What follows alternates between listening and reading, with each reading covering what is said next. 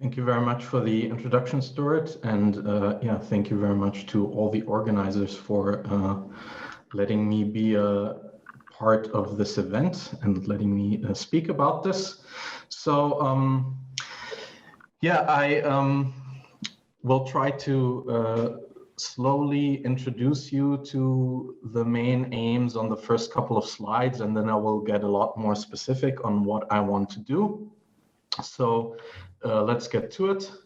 So a bit in line with what was set up in yesterday's talk by Stefan, but extending on that a little bit. So the objects of interest for me in the most general sense in this talk are, well, general C-star dynamical systems. So what I understand by that in the most general sense is you would have a triple A alpha G, where A is a C-star algebra, G is can be a locally compact group, and alpha will be a continuous action, meaning that basically you have an action in the algebraic sense by automorphisms, plus you assume that orbit maps are continuous in norm. So the overarching goal, as far as I'm concerned here, is try to somehow exploit invariance of yeah, something that you might be interested in as something nice, to classify these up to a co-cycle conjugacy when it somehow makes sense and seems useful.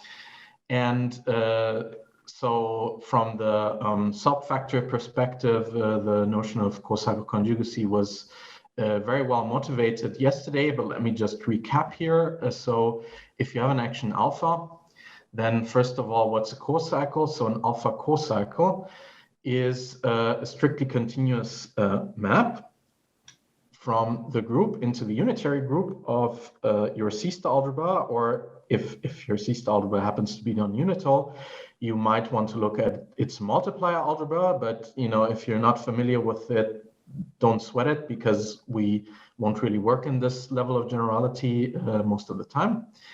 And you have the so-called co-cycle identity here. So U of a product G times H is UG times alpha G applied to UH for all pairs of group elements G and H. And well, whenever you do have such a co-cycle, you can consider what is called the co-cycle perturbation of alpha by U, which is defined, well, pointwise by this formula over here. You simply, over every group element, apply, you compose with the inner automorphism that's given by the co-cycle over that point. You compose with that from the left what you have over that group element, yeah, as is dictated by the action alpha, and this procedure gets you another action. That's easy to see as a consequence of this co-cycle identity. And then co-cycle conjugacy is this notion over here. So so alpha is said to be co-cycle conjugate to an action beta, and I put co-cycle in parentheses because, well, conjugate simply is also another definition that arises when you leave something out. So alpha and beta are co-cycle conjugates if there is an isomorphism phi between the C-star algebras A and B and an alpha co-cycle U, so that you get this formula over here. So this means that if you take the action beta on B, you pull it back via the isomorphism phi to an action on A, then you're supposed to get this co-cycle perturbation of alpha.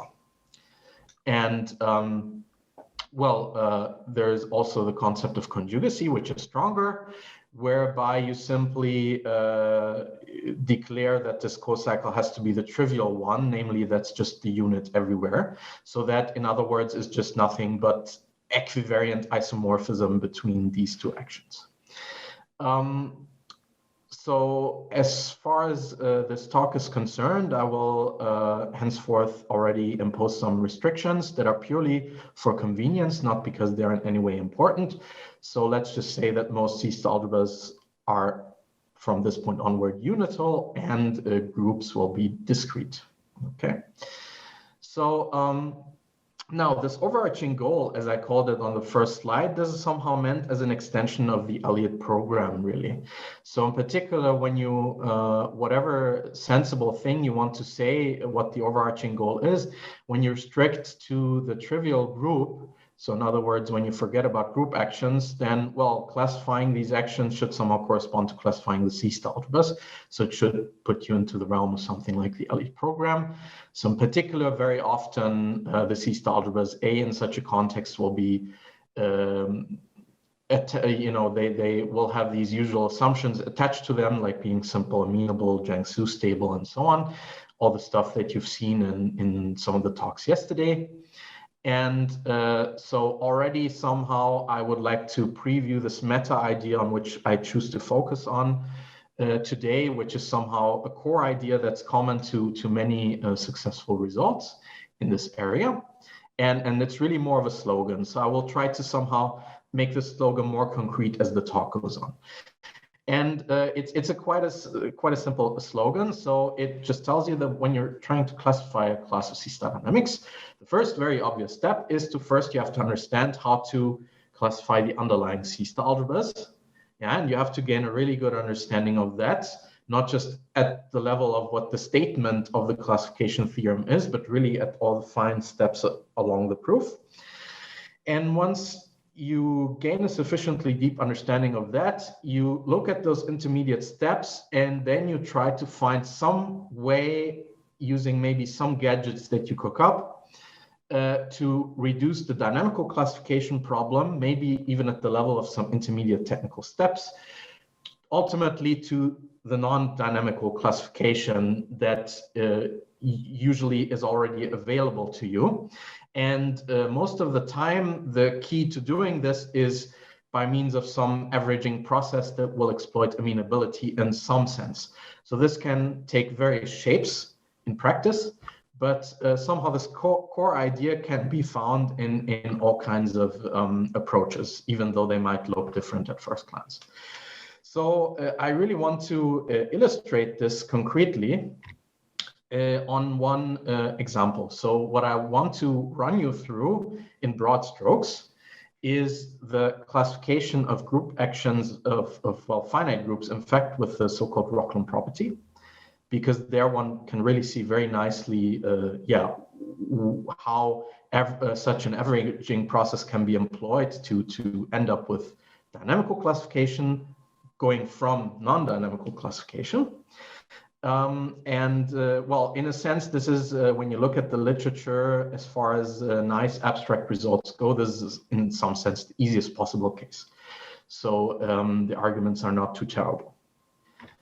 But before I do that, I have to get us on the same page as far as ordinary classification is concerned. So I want to touch on something which was very briefly alluded to in I think, Jose's talk, when he wrote the word intertwining above a single equivalence sign. But I want to really revisit this because it's just so important for the whole theory and also for what I'm doing today, is the two-sided-Elliot intertwining theorem. So, so this is really the theorem which makes the whole classification theory as we know it possible. I mean, all nice classification theorems you have seen in the talks yesterday, they're all in some way based on this theorem ultimately. So it tells you when you have two separable C-star algebras, you have two star morphisms between them, phi going from A to B and psi going backward, with the property that, modulo approximate unitary equivalence, these maps are isomorphisms. Yeah, that's the assumption. And then the conclusion of the theorem is that then actually you can change these maps a little bit and end up with actual isomorphisms that are in fact approximately unitarily equivalent to the original maps. And to give you just an extremely quick hint of an idea, how this works is you use this assumption entering into the theorem to inductively pick unitary sequences UN and A and VN and B, so that when you well, inductively compose. So by the way, here I have a typo. This should not be a phi, this should be a phi n. So when you compose these maps phi n and psi n by these unitaries, then you end up with a chain of diagrams, if you will, where here you always have the identity map on A extending infinitely to the right. Below you have the identity map on B always extending to the right.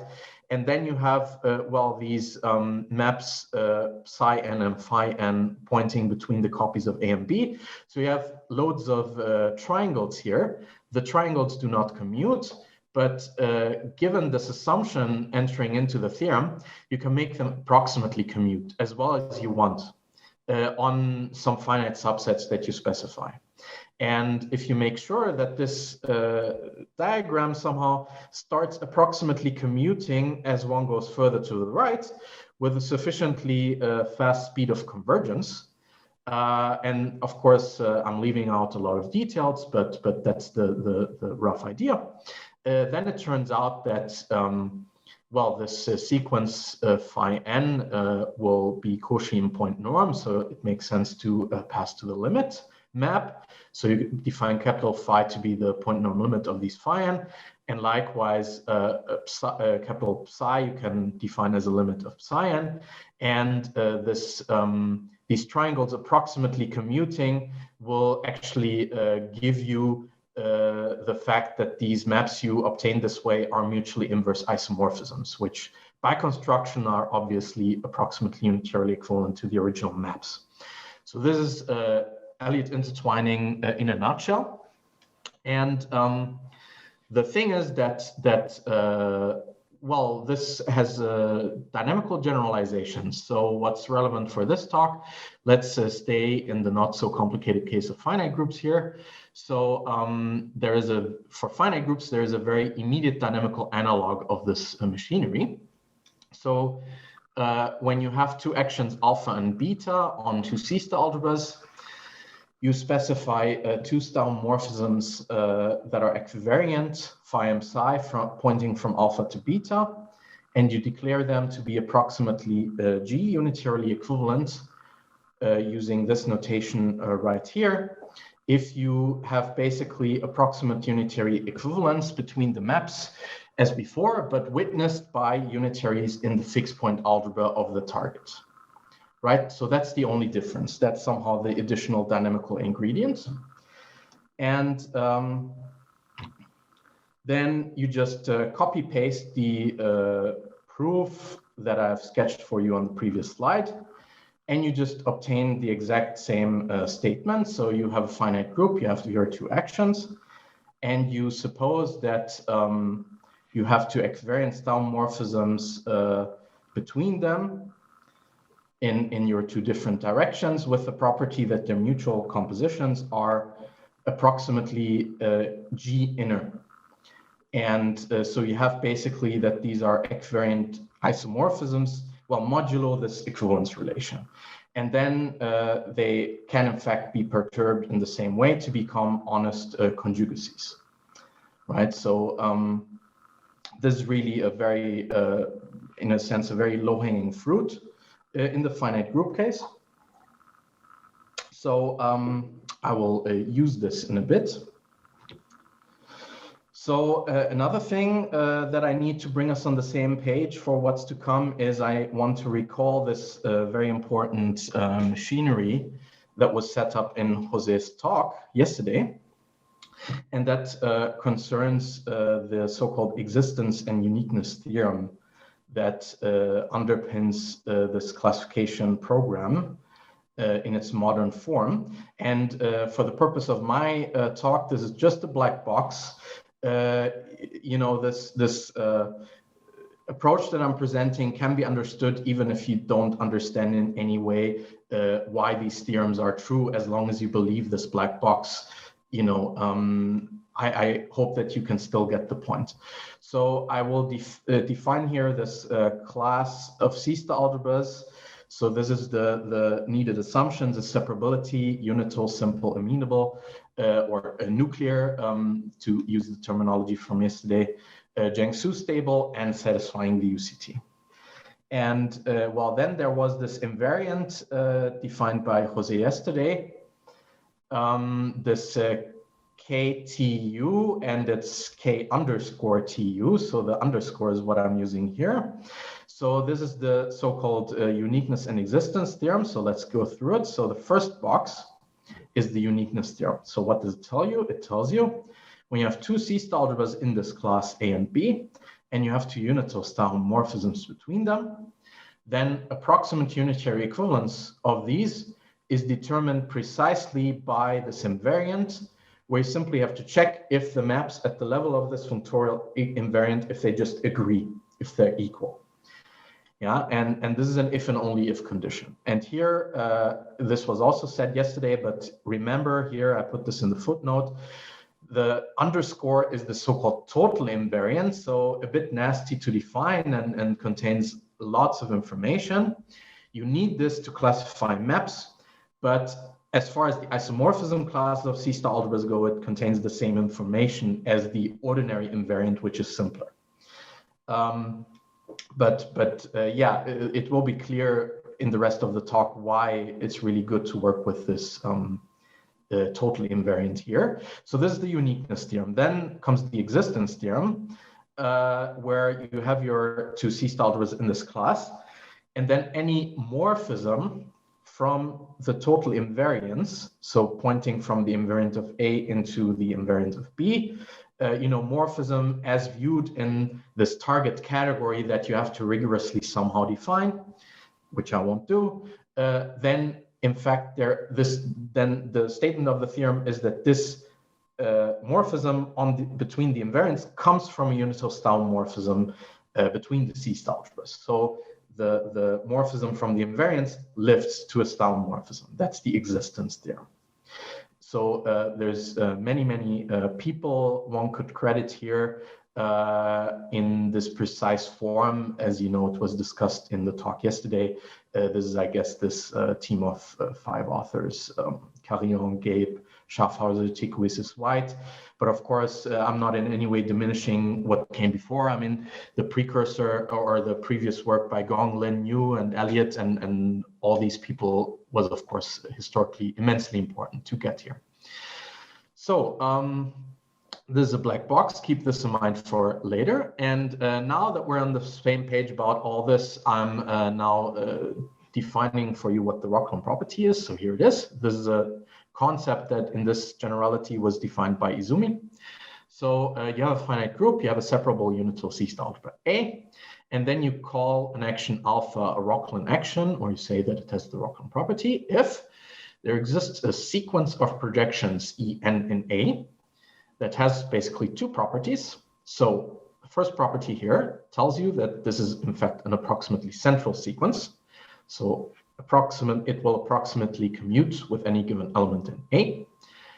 And the second property is that as n goes to infinity, the translates of these projections will form an approximate partition of unity.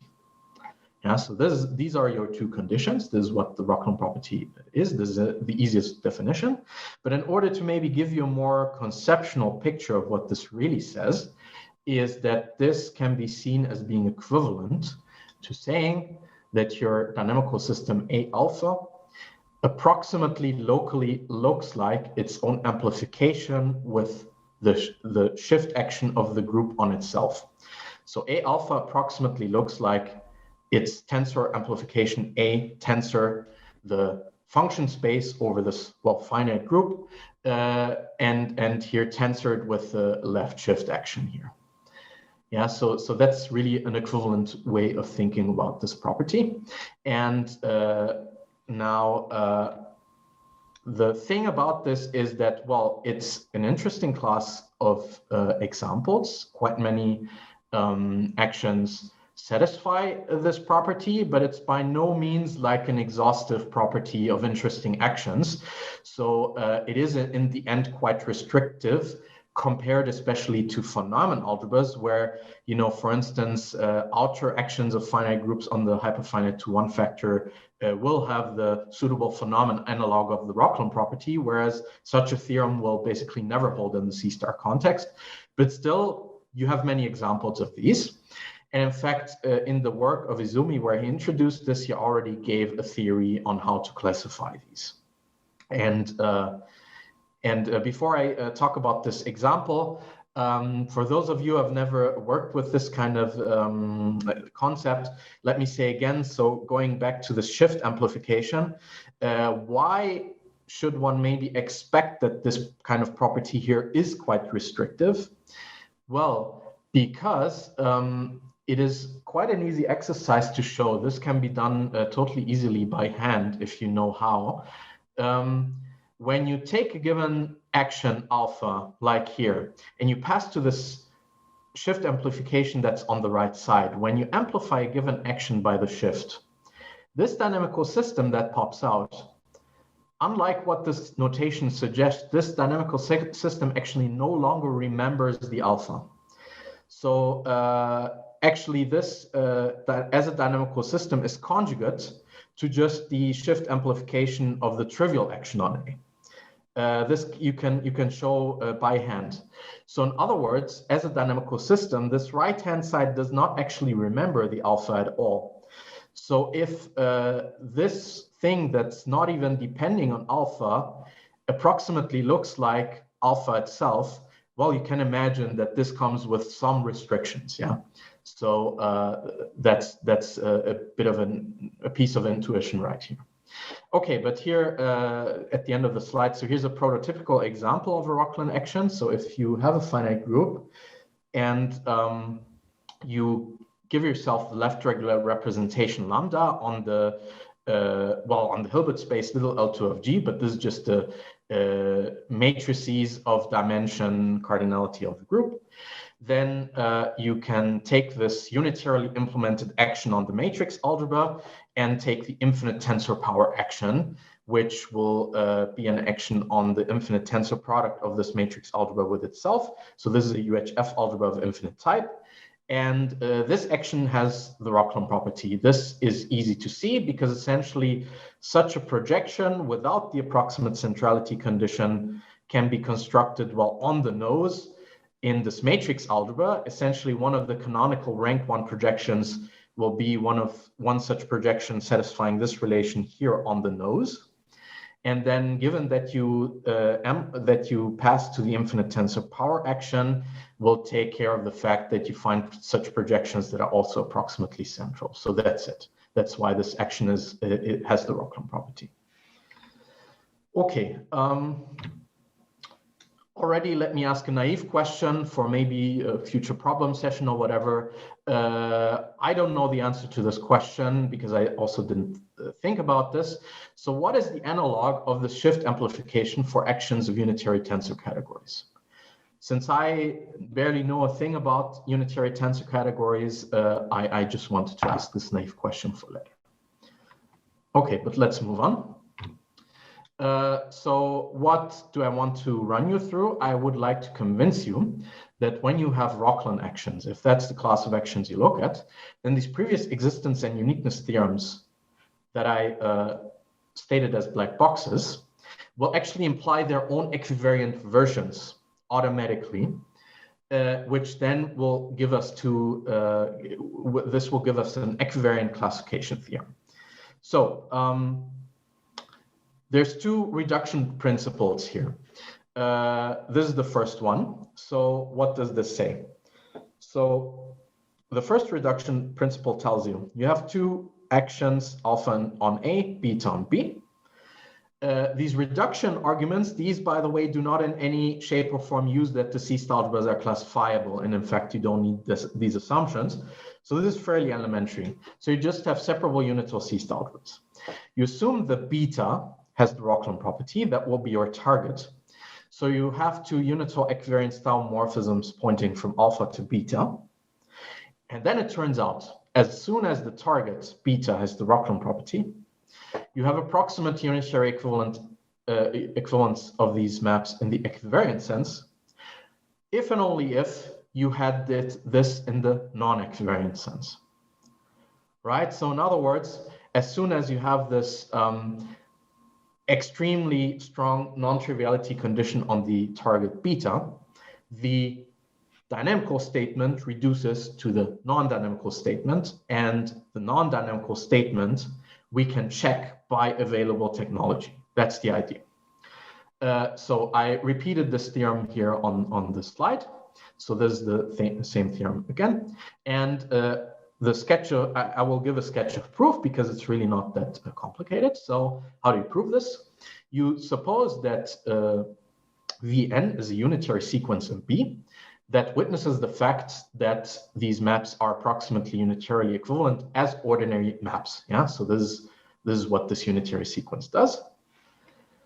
And so in order to get this equivalence, since the right side here is obviously weaker than the left side, what I'm doing here is I wish to convince you why one can go from here to here. So given such a unitary sequence, I wish to convince you that there's another sequence doing this in the fixed point algebra of beta. So note that because we have that our two maps that we're comparing are equivariant, we go through this very easy computation that I put on this line here. And this shows you that not only does Vn witness the approximate unitary equivalence between the two maps phi and psi, but if you translate this by any group element by beta, this will give you another unitary sequence that witnesses the approximate unitary equivalence. This is a consequence of the fact that your maps are equivariant. And then you now use the Roklan properties. So you assume that En is a sequence of projections in B as required by the definition from before. And it's an approximately central sequence of elements. So by just passing to a subsequence if necessary, let's also assume that En and this unitary Vn asymptotically commute as n goes to infinity. And then you do the following. So for all intents and purposes for the rest of the proof, by this approximate behavior of the En, you can now think of the En as approximately behaving like a central projection, yeah, having these on-the-nose properties. So you now look at the following. So you have your unitary sequence Vn, you multiply it by En, and then you look at all its translates by beta, and you sum up all these translates. Now, because the approximate properties of En, yeah, it pretty much behaves like a central projection that has the property that its translates form a partition of unity. So when you have this, then it should not be a surprise that this element here, this satisfies the relation of being unitary approximately, yeah, because you're really somehow, you're multiplying somehow an approximately central partition of unity with certain unitaries finitely many times. And furthermore, because you're summing up all translates of a certain element, it's clear that this here is in the fixed point algebra of beta. So if you have something in the fixed point algebra of beta, it's almost a unitary, then by functional calculus, you can perturb it to be close to an actual unitary. And let's call these then UN, these unitaries to which these are close to. So this is a sequence of unitaries now in the fixed point algebra of beta. And I claim that this is the sequence that we're actually looking for.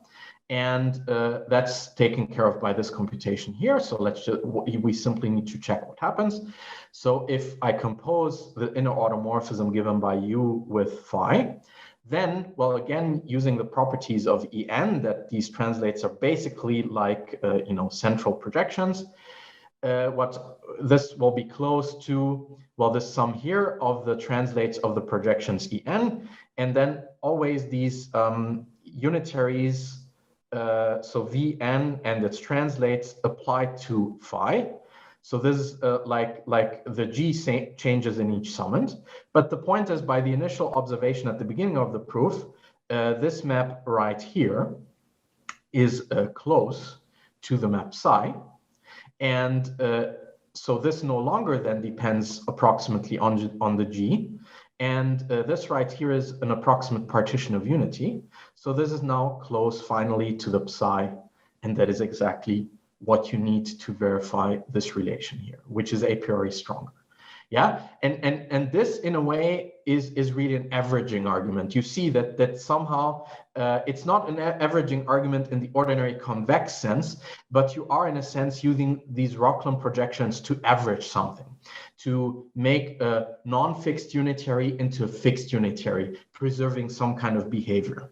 So that's really the connection to this core idea from one of the early slides. So that was the first reduction principle. The second reduction principle concerns this existence part. So even though the final classification result for Roklan actions, that's originally due to Izumi, this particular technical statement, which is very nice, this is really due to Gadella and Santiago. So what it says is you have, again, a finite group. You have your two actions alpha and beta on separable units of C-star algebras. You again assume that your target beta has the Roklan property. And you assume you have an ordinary star homomorphism from A to B, which is equivariant modulo approximate unitary equivalence. Yeah, and then it turns out then this map has to be approximately unitarily equivalent to another map that is honest to God equivariant. Yeah, so this again, you have something. You start with something that is equivariant only modulo something that can be detected from nice invariance, and then you can lift this behavior to something that's honestly equivariant. So again, something like this is like a pseudo dynamical statement, if you will, that you start with, and in the end you get something honest dynamical out of it for free from the Roklan property. So let me also say a few words about the proof. Maybe given how I'm doing in terms of time, I will not go through all of what I planned, but maybe just give the very rough idea. So here, what you do is you start with this assumption and this map phi. So in other words, you have one statement for each group element G in your group, right? So for each H and G, you pick an unitary WH in B, so that this composition here, beta H composed with phi, composed with alpha H inverse, that this is close to this unitary perturbation of the phi. So this you can do by this assumption entering into the theorem, right? And then you give yourself a, let's say, good enough projection in B as required by the Roklan property. So not the whole sequence, but one member of the sequence that has these properties in a good enough sense. And then one pulls off a similar trick again, but not quite the same trick. So now you have again some kind of average here. So you take these unitaries WH, and you again multiply them by these translates of your Roklan projection E. And again, by the property of being a Roklan projection, this here will be an approximate unitary. So by functional calculus, you can perturb it to be close to an honest unitary, let's call it V, that will be in B, okay? And then one can, the idea from this point on in the proof is you then change your map phi. So you define phi1 to be the inner automorphism given by V composed with psi. And this will still not be the required map, but this will now have approximately the equivariance property. So you go through, well, now I think I will skip the details of this. So you go through an elementary calculation to check that now this map phi1 will actually be approximately equivariant, like over a sufficiently big finite set in your domain. And the point is that you keep on doing this. So you start with a map phi, you change it this way to a map phi1, which is approximately equivariant, and then you change that map to an even more approximately equivariant map phi2, and you inductively keep on doing this to end up with a sequence of maps phi n, which are more and more approximately equivariant.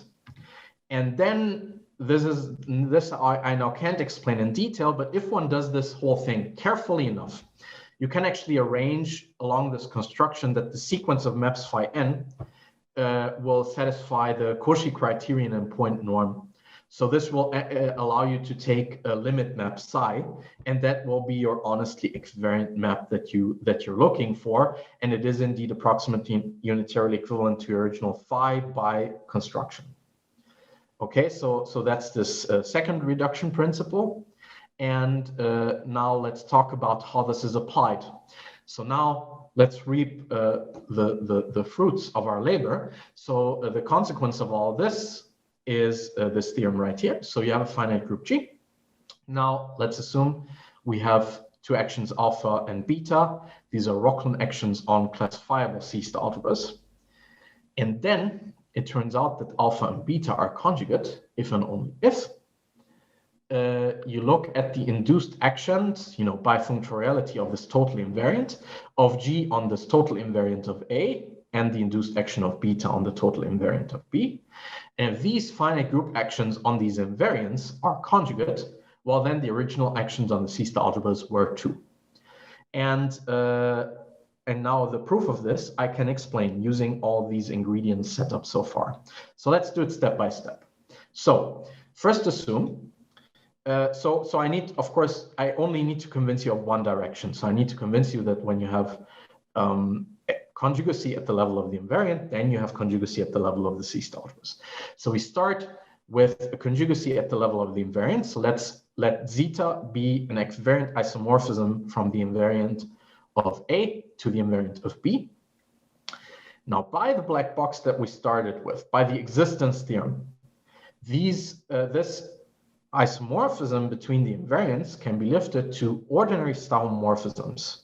So we can find a Staumorphism, let's call it phi 0 from A to B, that lifts the zeta, but it's invertible. So we can also lift the inverse, zeta inverse, to a Staumorphism psi 0 going from B to A, right? So that's the existence theorem, the ordinary one. But we assumed that the map at the level of the invariant is equivariant. So by the uniqueness theorem, the uniqueness black box, you have honest equivariance at the level of the invariant. This translates to equivariance of the maps modulo approximate unitary equivalence. Yeah, so that's exactly what the ordinary uniqueness theorem tells you. But now by the reduction trick, namely the second reduction principle from just before, now we have ordinary maps that are equivariant modulo approximate unitary equivalence. These turn out to be approximately unitarily equivalent, so the phi 0 and the psi 0. These are, we can change them to obtain different maps phi and psi, which are now honestly equivariant from alpha to beta and from beta to alpha, still lifting this map at the level of the invariant, because these maps we obtained are approximately unitarily equivalent to the original maps here that we start with.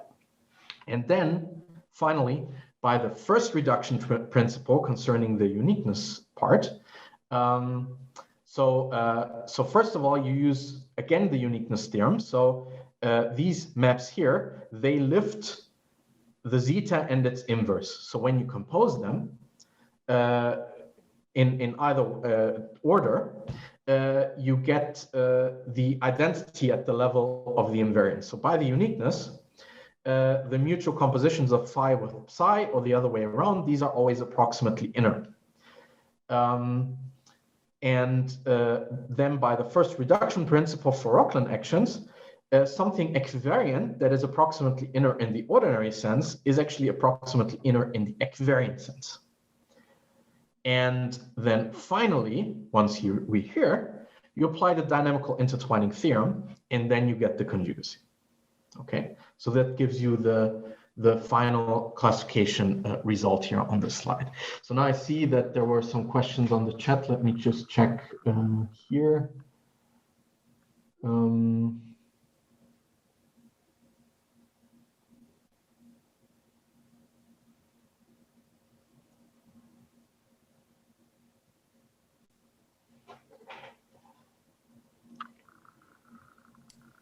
Okay, yeah, I think that for this question by Sam has been answered. I think that's roughly right, Gabor. I think it's all up to date. Okay, good, thank you. So let's move on. So I think also, if I'm looking in terms of time, I wanted to talk about a nicer result that one can also obtain. That's due to Izumi, but I think I will not say more about that. So it just turns out that in many cases, the ordinary invariant is enough to detect conjugacy classes of these Roklan actions, but that involves more. But anyhow, so here's an example to illustrate this theorem. So let's look at a nice classifiable C-star algebra, such as, the Kunz algebra O2. So since the Kunz algebra of O2, so all of its invariants are trivial. It looks like the zero algebra, basically. So in particular, actions on invariants are always the same, and applying the previous theorem gets you uniqueness of Roklan actions on O2.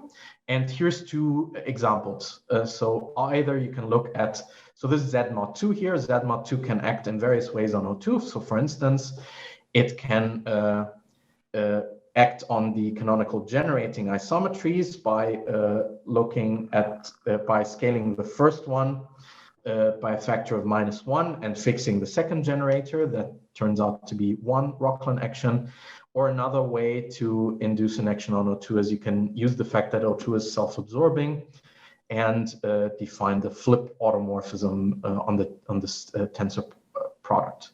And it's not obvious that these have the Roklan property, but they do. And well, from the abstract theorem, it follows that these two examples are conjugate, even though you will have a hard time proving this by hand, of course. All right, so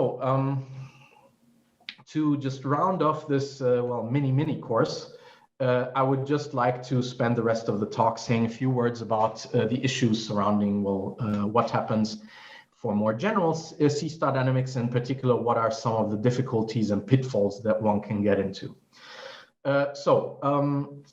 I will do this in the form of various warnings as well, and then illustrate these warnings. So here's warning 1. So the theory of Roklan actions that I discussed so far to highlight this meta idea from the beginning of this talk, this is useful to illustrate the idea, but it also might be misleading.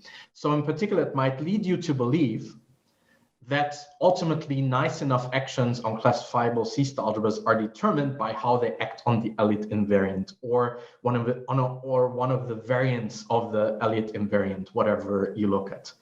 And this is not true in general. This really fails. So this is exactly what comes out in the classification results for phenomenon algebras, so injective factors.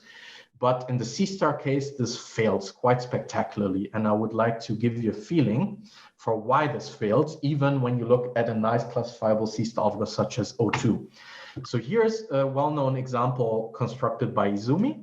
So you look at the following. So you consider the C-star algebra called O-infinity standard. So what is this?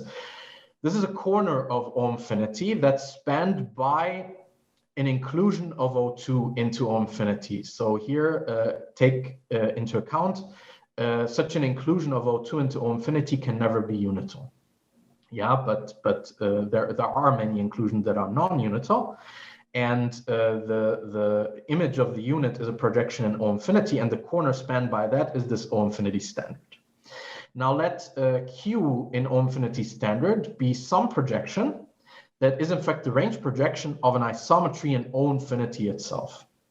Okay, the fact that this exists is like standard stuff about purely infinite C-star algebras. Let's just swallow this. And once you have such a projection, you define the following order 2 automorphism, gamma, which is the infinite tensor power of a unitarily implemented action. So you have this order 2 unitary that's just twice this projection -1. So this is an action of Z mod 2, and it acts on the infinite tensor power of O-infinity standard, which by some standard classification theorems happens to be isomorphic to O2 as a C-star algebra. Okay, and then Izumi has calculated explicitly, and this you can also really do by hand, that the cross product C-star algebra of this action is O-infinity standard tensor the car algebra. And the fixed point algebra of this action is just O infinity tensor Car algebra. The important thing to note here is that none of these C-star algebras here are isomorphic to O2 itself. That's basically the main thrust of this example. So it's very far away from being O2 itself. So once you have even one such action, you immediately can illustrate this warning, because you can now induce all kinds of other actions on O2 as follows. So given any unital Kirchberg algebra A, we can now induce another action, let's call it alpha, depending on A, which is just the trivial action on A, tensor this model action, as an action on the tensor product of A tensor O2, which by the Kirchberg-Phillips absorption theorem happens to again be isomorphic as a C-star algebra to O2 itself. Of course, in a non-canonical way, but it is isomorphic somehow to O2. And now, since the cross products of such actions now have many possible K groups, in fact, you get all possible pairs of uniquely two divisible abelian groups, this immediately gives you uncountably many outer actions of Z mod 2 on O2 that are pairwise non-cocycle conjugate, because, well, cocycle conjugate actions have isomorphic cross products. So that's the reason why. And as an immediate follow-up to this, here's a second warning. I started the presentation by telling you about cocycle conjugacy, but I actually barely said anything about cocycles afterwards in the context of Roklan actions. But the reason for that is that it just so happens that cocycles can always be trivialized for Roklan actions, but this is a very special phenomenon. So in general, cocycles are indeed important. And also at the level of this particular class of examples, one can illustrate this. So this was also done by Izumi. So let's say we have two Kirchberg algebras A and B that happen to absorb the Car algebra M to infinity. Let alpha and beta be two Z mod 2 actions on O2, just as constructed above by inserting here either A or B. And now assume that you picked your A and B in such a way that they're stably isomorphic, but not isomorphic, right? So for instance, this is a pair of examples that would work. And then you have a pair of actions on your hands that are cocycle conjugate, but not conjugate, right? So indeed, cocycle conjugacy and conjugacy, even for finite groups, are two different things, even on an IC-star algebra such as O2, and these actions are outer and whatnot. But well, essentially only one of these actions has the Roklan property. That's the point. Okay, another warning. So in general, working only with genuine equivariant maps between C-star dynamics is really too restrictive. So this goes along the same lines that you just need to take into account cocycles. So for example, for your acting group being the integers, where you end up classifying single automorphisms, you end up classifying them always up to cocycle conjugacy, never up to conjugacy, because that's just too complicated. So here I put one example theorem, a pretty important milestone in the theory by Evans and Kishimoto. So when you have two single automorphisms alpha and beta on an AF algebra with the Roklan property, which, I don't have time to define it for you, but it's a property that has a very similar flavor as the Roklan property that you've seen in this talk. And you suppose that the two automorphisms agree on the K0 groups, then these two things are cocycle conjugate. And this the proof of this is based on what is called the Evans-Kishimoto intertwining theorem or intertwining technique, which I plan to say a few more words about, but I think I will skip that now. And I think I will also skip this part. And really to just end this talk, I just want to cherry pick a couple of nice results that illustrate in what directions one can currently go. So here's a nice one by Nakamura. So you have two outer actions of the integer group on a Kirchberg algebra A. Then if the two automorphisms, if they agree on KK theory, then they are cocycle conjugate. Yeah, so this is one nice thing. a similar result for the stably finite case, which is an unfortunately unpublished result of Matsui and Sato. So you have classifiable, let's say, monotracial C-star algebras with a unique trace tau. You assume you have strongly outer actions of the integer group. So in other words, even when you pass to the weak closure of A by the unique trace, so this is a copy of R, then you have an outer action on your hands. And then if alpha and beta are asymptotically unitarily equivalent, then they are co-psychoconjugate. So this is exactly analogous to this Nakamura result, but just the stably finite version of it. And a much more sophisticated result, which is also more recent, by Izumi Matsui, which has been recently accepted to Invenciones, I think, is you have G being a poly Z group. You have a stable Kirchberg algebra, and then there is a classification which, well, has this flavor here. So to each action alpha of G on A, it is possible to consider its so-called generalized mapping torus, which is a certain kind of bundle C-star algebra. So it's a locally trivial, continuous algebra over the classifying space of the group, all of whose fibers are isomorphic to your C-star algebra A. So this is a C-star algebra that you associate to your action. And then two outer actions, alpha and beta on A, happen to be co-psychoconjugate precisely when these generalized mapping tori are isomorphic. Now, the nice thing about this is that this can be rephrased with a different flavor. So this was done by Ralph Meyer as a follow-up, that in the situation of this theorem of Izumi and Matsui, you have isomorphism of these mapping tori if and only if the two actions are equivariantly KK equivalent. And to end this talk, I will just, half a minute here, talk about this result here, which is work in progress with Jamie Gabe here and myself, is that we managed to generalize this theorem if one puts the Maya flavor on it, if you will. So you have a countable discrete group G, and then it turns out that amenable and outer G actions on Kirchberg algebras are in fact classified up to co-psychoconjugacy by equivariant KK theory. And the relevant thing here is, so warning 4 if you like, unlike the case of phenomenon algebras, amenable actions of non-amenable groups on C-star algebras are actually quite interesting. On phenomenon algebras, not so much, but on C-star algebras more so. And well, I just put here a definition of amenability on the slide for whoever doesn't know it. But since I'm over time, let me end here. Thank you very much.